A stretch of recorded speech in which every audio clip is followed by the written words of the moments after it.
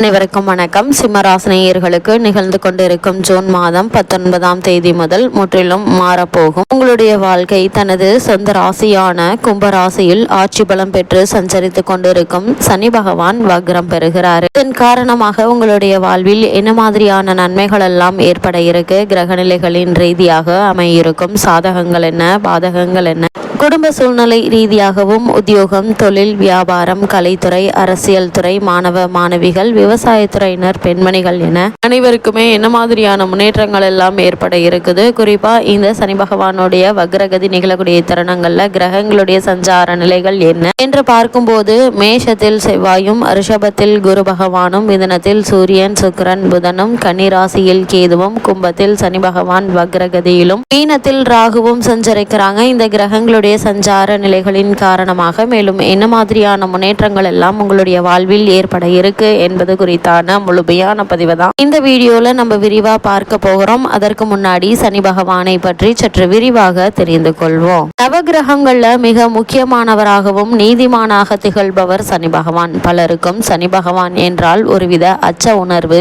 ஏற்படுவதுண்டு. ஜோதிடத்தை பின்பற்றாதவர்களுக்கும் கூட சனி பெயர்ச்சியின் போது அவரின் ராசிக்கான பலன் எப்படி இருக்கும் என்பதை பார்க்க ஆர்வம் காட்டுவார்கள். பொதுவாக ஜோதிடத்தின்படி அனைத்து துன்பங்களும் சனிதான் காரணம் என்று சொல்லும் வழக்கமும் உண்டு. ஆனால் உண்மையில் பலவித கொடுமைகளுக்கும் காரணமாக உள்ளவர் சனி என்று நினைக்க வேண்டாம். சனி பகவான் ஆதிக்கம் கொண்டவர்கள் பட்டறிவு மூலம் வாழ்க்கையில் சிறந்த உயர்ந்த அனுபவங்களை பெற்று உன்னதமாக பிறருக்கு யோசனை சொல்லும் அனுபவசாலிகள் ஆவார்கள். சர்வ சக்திகளை பெற்று சாதனை புரிய செய்வார் சனீஸ்வரர். ஒரு நியாயமான கிரகம் மனிதர்களின் பிறவி பயனுக்கு ஏற்ப இன்ப துன்பங்களை தருவதில் இவருக்கு நிகர் இவரே. உலகமெல்லாம் ஒளியை அள்ளி வீசும் சூரிய தேவனுக்கும் சுவர்ச்சலாவுக்கும் யமன், வைவஸ்தமு, யமுனா என்ற 3 குழந்தைகள் உள்ளனர். சுவர்ச்சலானுக்கு சூரியனுடைய அன்பான அணைப்பு அதீதமான உஷ்ணமாக திகைத்தது. சுவர்ச்சலாவால் தாங்க முடியவில்லை. தன் நிழலை கொண்டு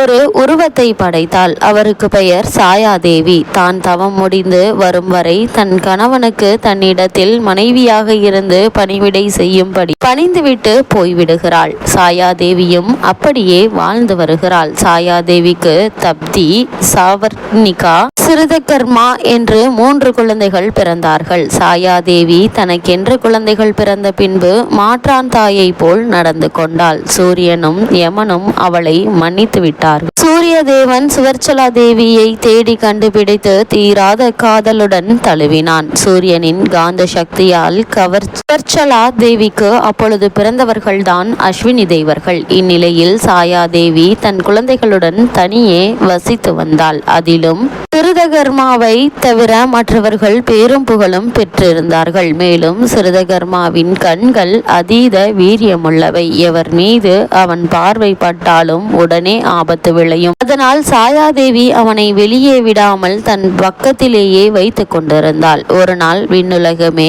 கைலையை நோக்கி சென்றது. கைலையில் விநாயக பெருமானுக்கு பிறந்த நாள். எல்லோரும் கைலையில் நடக்கும் விழாவை காண செல்வதால் தானும் அங்கு செல்ல வேண்டும் என்று சிறுதகர்மா அடம் பிடித்தான். சாயாதேவி எத்தனையோ சொல்லியும் சிறுதகர்மா கேட்கவில்லை. இறுதியில் பிடிவாதம் வென்றது. கைலை மலையின் ஒரு ஓரத்தில் நின்று விழாவை கண்டுகளித்து விட்டு வருமாறு அன்னை ஆலோசனை சொல்லி அனுப்பி வைத்தார். கைலையில் சிறுதகர்மா காலடி வைத்ததுமே கைலை மலை ஒரு குலுங்கு குலுங்கியது.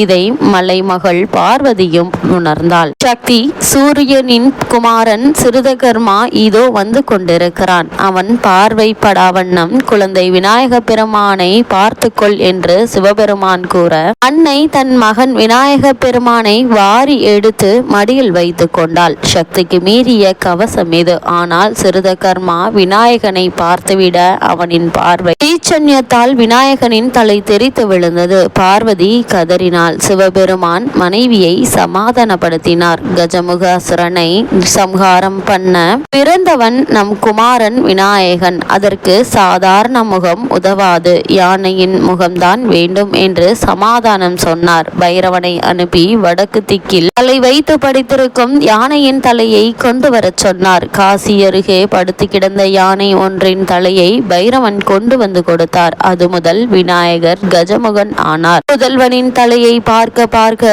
பார்வதி தேவியாருக்கு பற்றி கொண்டு வந்தது.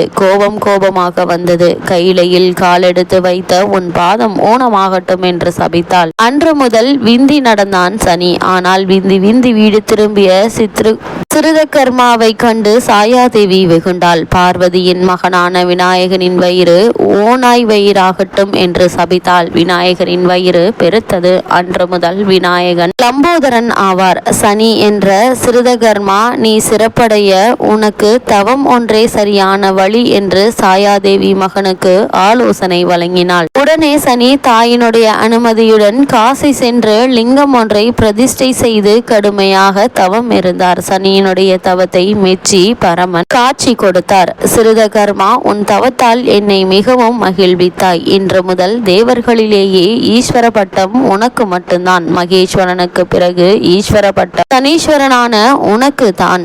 நீ பூஜித்த லிங்கம் சனீஸ்வர லிங்கம் என்று அழைக்கப்படும். உனக்கேற்ற நாளான சனிக்கிழமையும் ஸ்திரவாரம் என்று அழைக்கப்படும் என்று ஈசன் வரமளித்தார். சிறுதகர்மா அன்று முதல் சனீஸ்வரனாகவும் சனி பகவானாகவும் இருந்து நம்மை எல்லாம் ஆட்விக்கிறார். இப்படிப்பட்ட சனி பகவான் தனது ஆட்சி பலம் கொண்ட கும்பராசியில் வக்ரம் பெறக்கூடிய இத்தருணங்கள்ல என்ன மாதிரியான சூழ்நிலைகளை எல்லாம் நீங்கள் கையாள வேண்டும் என்று பார்க்கும்போது, கும்பராசியில் சனி வக்ரம் பெற்றிருக்கக்கூடிய இத்தருணங்களை கண்டக சனி வக்ரம் பெறுவது நன்மைதான்.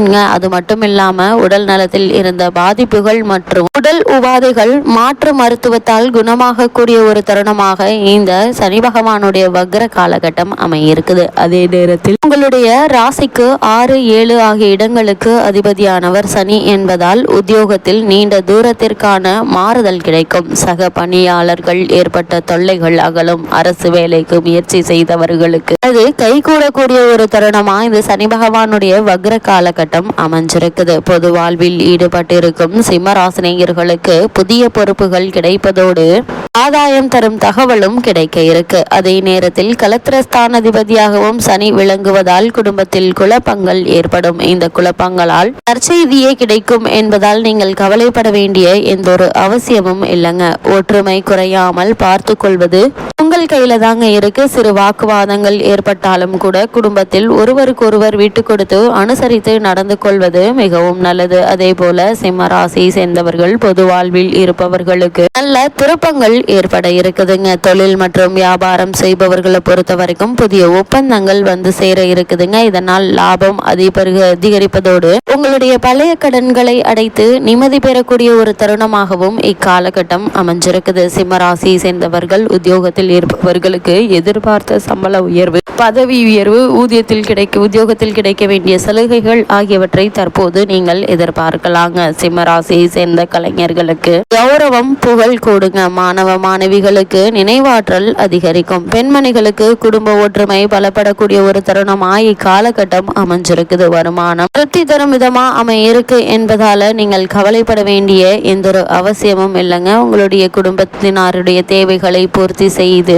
மகிழ்ச்சி அடையக்கூடிய ஒரு தருணமா இந்த சனி பகவானுடைய வக்ர காலகட்டம் இருக்கு என்பதை கிரகங்களுடைய சஞ்சார நிலைகள் உங்களுக்கு உறுதியளிக்குது. சிம்மராசினியர்களை பொறுத்த வரைக்கும் கிரக நிலைகளின் ரீதியாக கூறப்படும் பரிகாரம் என்ன என்று பார்க்கும்போது இத்தருணங்கள்ல விநாயகர் வழிபாடு உங்களுக்கு வெற்றியை வழங்கும் ஒரு வழிபாடா இருக்கு என்பதை கிரக நிலைகள் உங்களுக்கு உறுதியளிக்குது.